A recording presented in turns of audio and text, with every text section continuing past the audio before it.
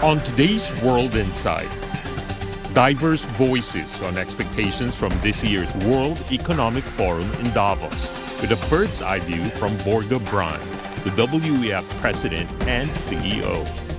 We will also need in that new world order to collaborate because there are areas of so much common interest. And in the intelligent age, how could we better cooperate to improve the state of the world? Answers from two artificial intelligence experts at the World Economic Forum.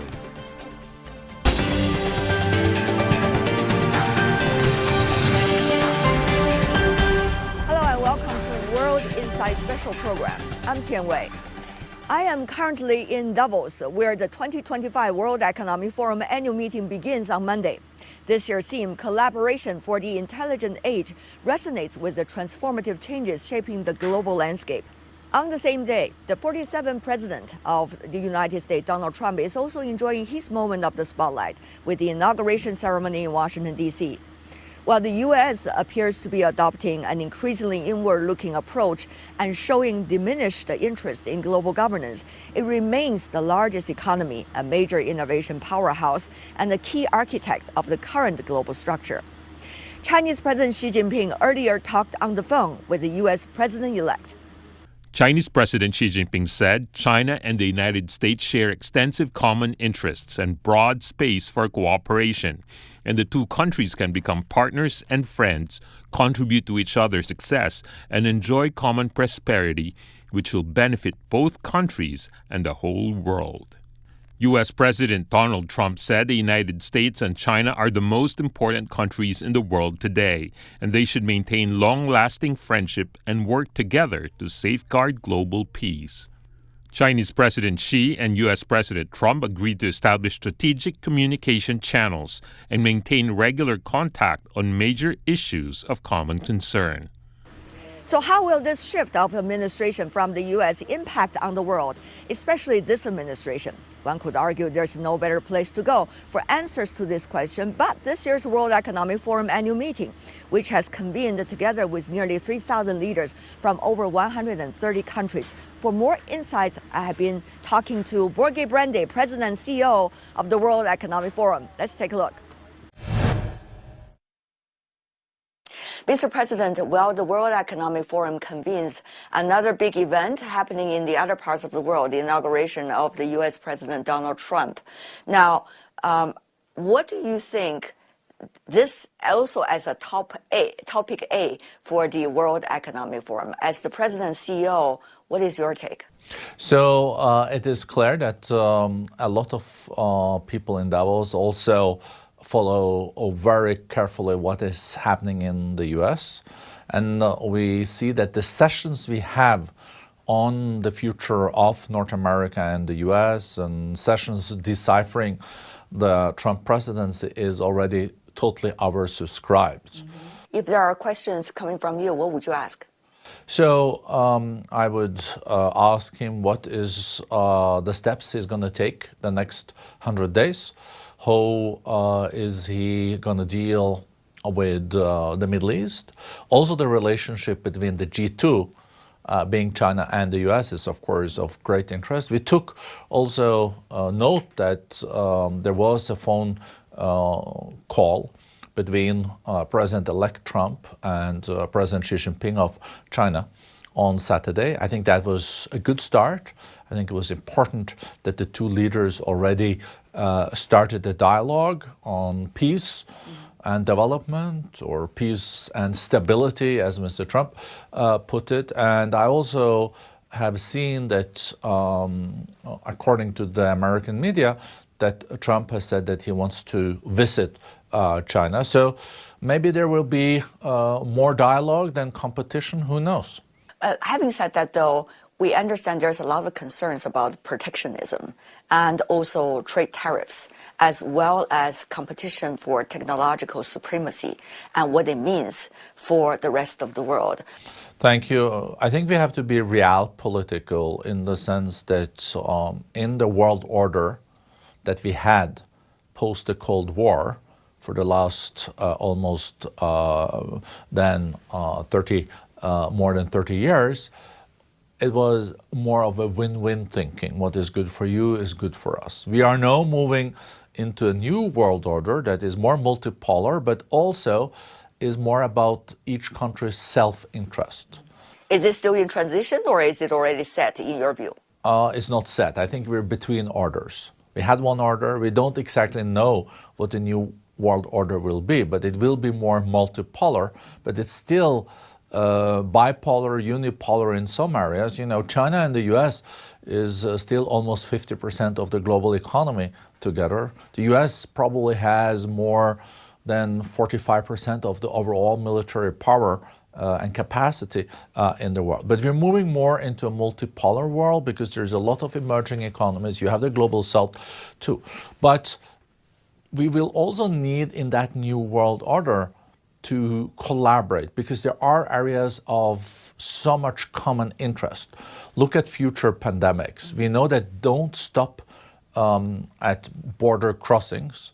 We also know that, for example, climate change. Look at the wildfires now being in Los Angeles. We will see more of that kind of weather events and also things caused, droughts and wildfires caused by climate change in the future. And here we need to collaborate. Mm-hmm. However, we know in the rhetorics, collaboration are not necessarily the key words.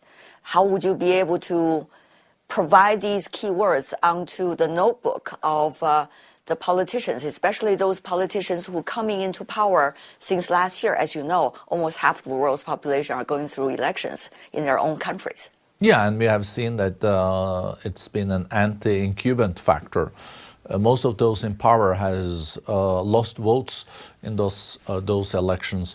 But coming back to this competition versus collaboration, there are areas where countries will compete fiercely. I think on the new technologies, you will see strong competition between China and the US as the two leading powers on the technology side.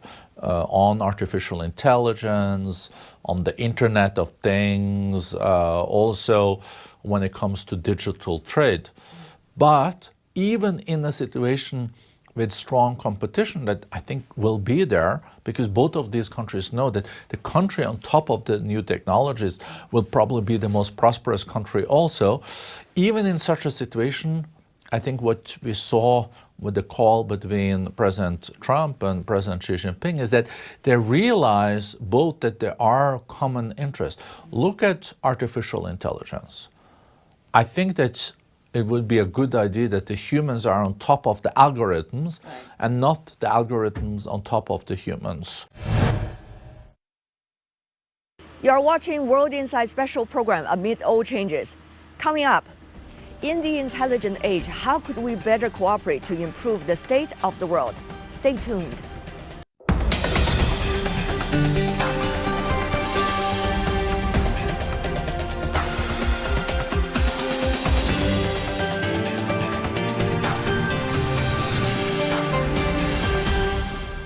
You're watching World Insight, our special program amid all changes from the Swiss Alps, the annual forum of the World Economic Forum. Over the past year, artificial intelligence has evolved at an unprecedented pace, becoming a key driver of change across various sectors, including those most relevant to people's daily lives. To delve into the critical connections between AI and these areas, we are joined by two experts from the World Economic Forum. They will provide insights into how AI is shaping our future. I'm glad to be joined by Sebastian Backup, head of the Network Partnership Center for the Fourth Industrial Revolution of the World Economic Forum, and Xian Bishan, head of the Center for Health and Healthcare for the World Economic Forum. Gentlemen, thank you so much for joining us. The design of the layout of the discussions regarding the two areas both of you are responsible for are certainly extremely exciting. Tell us more, Sebastian, as to what are some of the most important hot button issues you are presenting to the rest of the world. Hot button topics, of course, have to lead with artificial intelligence. the adoption, the usage, the transformative implications, but of course also the governance and inclusion aspects. We will also focus on digital inclusion more broadly. 5.5 million people are online, 2.5 million people are not. And we will look at frontier technologies like bioeconomy, quantum, autonomous systems, and so on. So those are some of the areas in the tech field. Xian, what about healthcare? Certainly, that is another big issue. We are looking at use of digital technologies to improve overall state of healthcare. So how do we use digital health? How do we use AI to improve outcomes, to improve access, as well as to gain better efficiencies in the healthcare arena? So digital healthcare transformation is a key focus area for us in Davos. But in addition to that, we are also looking at impact of climate change on human health. So climate and health is a big area of focus for us, and we will have many sessions in that arena. In addition to that, we are also looking at few other topics such as pandemic preparedness, disease intelligence. We are looking at vaccine manufacturing, and also we are looking at the antimicrobial resistance. So these are some of the key topic areas that we will focus on. About some of the latest, domestic legislations going on in certain economies. For example, the latest one on the caps of GPU in the United States that certainly have a huge impact on the tech sector. Many of the industry leaders that are involved actually are questioning the role of the government and also the role of domestic legislations and the role of equal access to technologies worldwide. Sebastian, what do you think about all of these debates? How are they likely to be fairly reflected in the annual forum?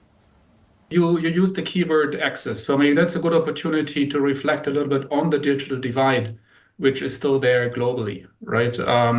On the one hand, we see now that 95% of the world is connected to digital access points, but at the same time, 5.5 billion people online. That's a huge achievement over the past years. But at the same time, you also still have huge differences. In the rich world, quote unquote, almost everyone is connected to the internet or using the internet on a daily basis. In lower and middle income countries, it's just 50%. So there are quite significant differences, right? And of course, hard infrastructure investments are playing an important role there, but the forum is also focusing on soft infrastructure and has a specific focus on AI, which we believe could deepen inequalities, but also help close certain gaps. And that's going to be a big focus of Davos this year. Healthcare certainly is another. It's a really controversial area in national policies across the board. We see economies developing at different stages, all struggling, in fact, with different issues and aspects of healthcare. How much, common ground really can be found? Because all economies seem to have their unique circumstances, particularly healthcare issue. Xian. We do see that, it used to be mainly developed countries where we had high cost.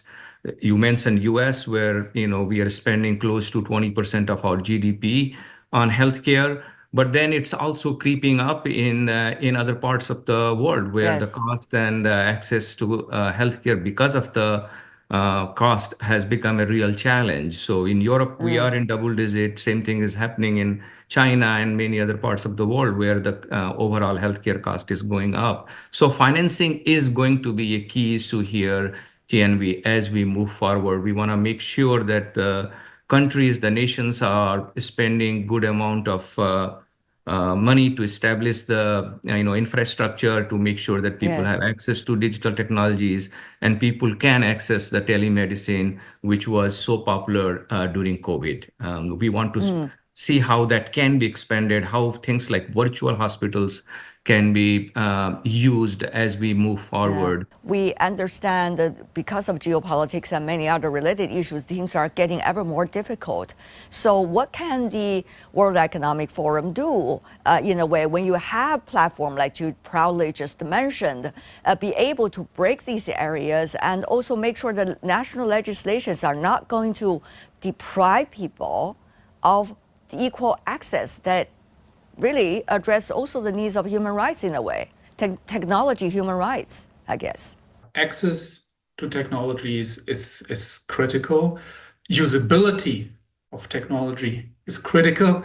Affordability of technology is critical. So when I take our work on digital inclusion, including the one that's been mentioned before, the Edison Alliance, we are focusing on exactly those questions: access, usability, and affordability. And actually, because 95% of the population is now living close to mobile access points, we're saying, well, yes, hard infrastructure, access to everything, like optic fiber cables, data centers, backbone infrastructure, and so on is absolutely critical. No question about that. Also, because of the AI revolution, more investments in those areas will be necessary. But a huge factor is also the soft factor, which is exactly those services: healthcare, education, finance. How can we make sure people actually have access to those services? Right. How can we build digital literacy so that people actually also have a critical eye when they use the internet? And how can we build digital public infrastructure, a huge keyword for us, digital public goods, which can actually help bring the benefits of digital to a large part of the population. So that's something that we're looking at. And whether AI then is a force for inclusion or not, that's another question, which to some extent depends on our investments in hard infrastructure. So far, the and AI soft governance, infrastructure. if I could just follow up before I move on to Xian about the healthcare issue, which of course is another important one. But Sebastian, if I could follow up, World Economic Forum has long identified this problem. And yet it is still true, whether it's at annual meeting of WEF or at the United Nations, which is also setting up mechanisms about AI governance, actually some of the hard governance issues are not being resolved. Stakeholders are not necessarily coming together in real way. They might be sitting together, but they're talking very different things. There is a lot of talk about governance. There's also some progress made in certain parts of the world around governance. What I would say from a World Economic Forum angle, we are trying to have a multi-pronged approach. What do I mean by that? On the one hand, yes, we want to bring in all stakeholders in society. We said that before, but we want to look at this challenge from a couple of different areas. We want to build capacity. We want to help countries actually build national plans to use AI in a way that grows inclusion and productivity. You need to have a strategy as an economy for the utilization of AI to address also governance questions, right? Another area of focus for us is really things like safety and really helping decision makers understand the technology. We see a lot of talk about AI agents. Now we are seeing talk about complex multi-agent systems. Before we can govern these things, we need to understand how they work. And we also need to build capacity in governments and in society to constantly update the knowledge about how these technologies work. And that's, amongst others, why the World Economic Forum has started building so-called Fourth Industrial Revolution centers in nations around the world that are really centers for making sense of these fast technological changes and then bringing national stakeholders together to address those challenges and then create a trusted global platform of learning. So that's a little bit architecture that we are putting in place. It's about understanding, it's about building strategy, and it's about helping stakeholders really reap the benefits. And this won't solve everything overnight, but we are very hopeful that we will make some progress in Davos and, of course, all our consultations across the year. Xian, go to you. Healthcare, we have seen it is so much related to many other issues in one economy. How would you identify some of the biggest priorities and find common ground among the economies so that they can come together with the banner of the World Economic Forum? We have a very important discussion on cracking the code of digital health that can help solve us some of the challenges that you pointed out on the healthcare side. And I believe this discussion will encapsulate our objectives for Davos in a concise way. We have several objectives there. We have several goals there. We want to make sure we promote digital health solutions. So again, have a discussion how can Technologies such as AI, telehealth, wearable devices transform healthcare delivery by making it more efficient and accessible. We want to make sure that we foster collaboration and partnerships where we emphasize the importance of multi-stakeholder collaborations. I think that's a key here, that we bring both public and private sector, as well as academia, civil society, and others, so that we can have this as a holistic discussion. And we want to make sure that this is not something that's skewed towards developed countries or developing countries. It should be a global conversation here. So we want to address the healthcare inequities through this discussion. A significant goal here is to bridge the digital divide in healthcare. Obviously, we are looking at overall digital divide, but the digital divide in healthcare is key area for us to solve for before we can really come up with big solutions here. Another thing I want to tap into your expertise. Sebastian, for example, in the tech sector, there are so many new trends that are ongoing at the same time. Well, at the same time, they are interacting with one another. So you see tremendous amounts of debates as to what are the real trends, which is really likely to have a real impact on all of us, which is going to be the most useful. And what is the empty talk? What is just tools for attracting investment? What is real stuff? Let me just give you some example. Last year, we heard about at the annual meeting the issue about the AGI and exciting development of that. And this year, over the past few months, we already heard people are saying, no, that's not the direction. We are heading for something different. We see that as the trend. You also see that debate going on with BCI, These are just some of those examples. So how would you be able to identify the real trends, so to speak, and to focus more not on empty talk, but rather more on the real technological advancements? There's, of course, a lot of speculation. And that speculation comes from genuine questions, right? Because technology is moving so fast that very few people are successfully predicting what's even going to happen in 1 or 2 years from now. That's why our main focus is not so much on prediction. Our main focus is on making sure that technology is society serving and human-centered. Now, I don't want to botch the question. What are big trends that we are focusing on? For us, there's a big focus on quantum, of course, and that's a focus in many economies around the world. And of course, the focus to your earlier point of friction, because quantum is seen as a security-relevant technology.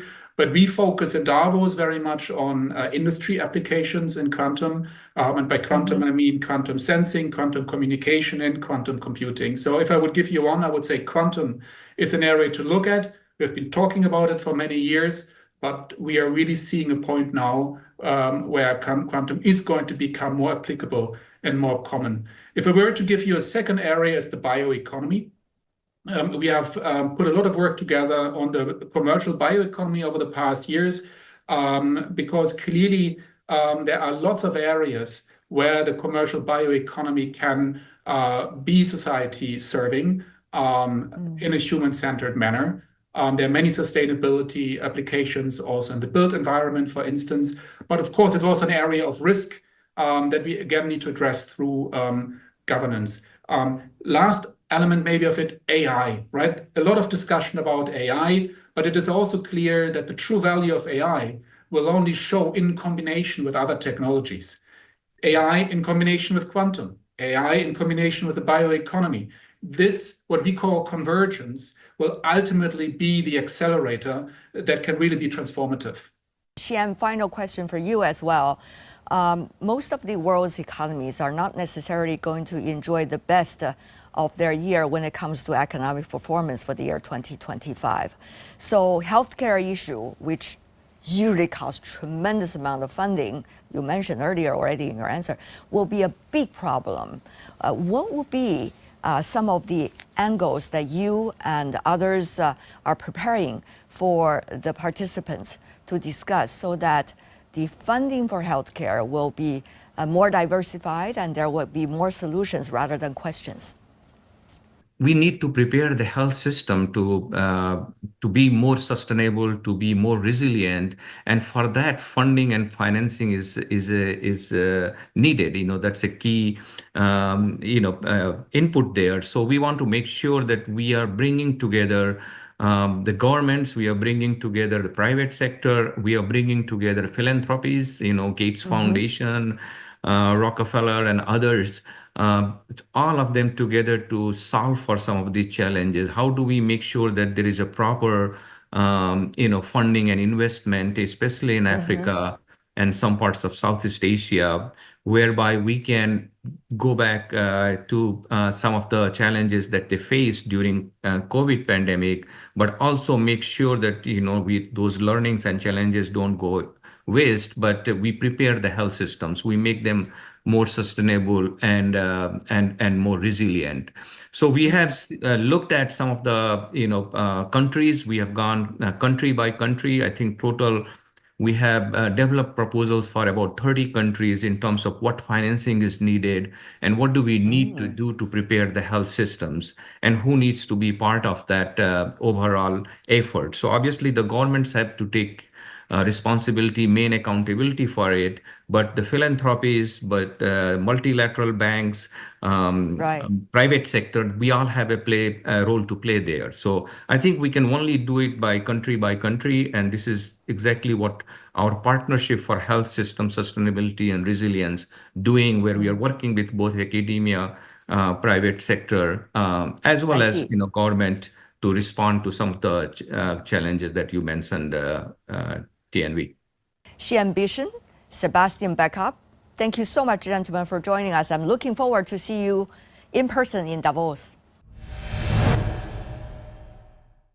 And that's all the time we have for today, our special program. Tomorrow, we are going to continue our special coverage with the key interviews and discussions taking place at the annual meeting of the World Economic Forum. On Wednesday, a major sub-forum on China's economy will be held, co-hosted by the World Economic Forum and CGTN. The theme of the forum is Decoding China's Economy, Present and Future. We are certainly going to bring you more details about that later in the week. If you'd like to know more, search World Insight or check out our YouTube channel. Follow us on X and Facebook. I'm Tian Wei on behalf of my teams in Davos and in Beijing. Thanks for being with us, and I'll come back tomorrow for our special program, Amid All Changes. Bye for now.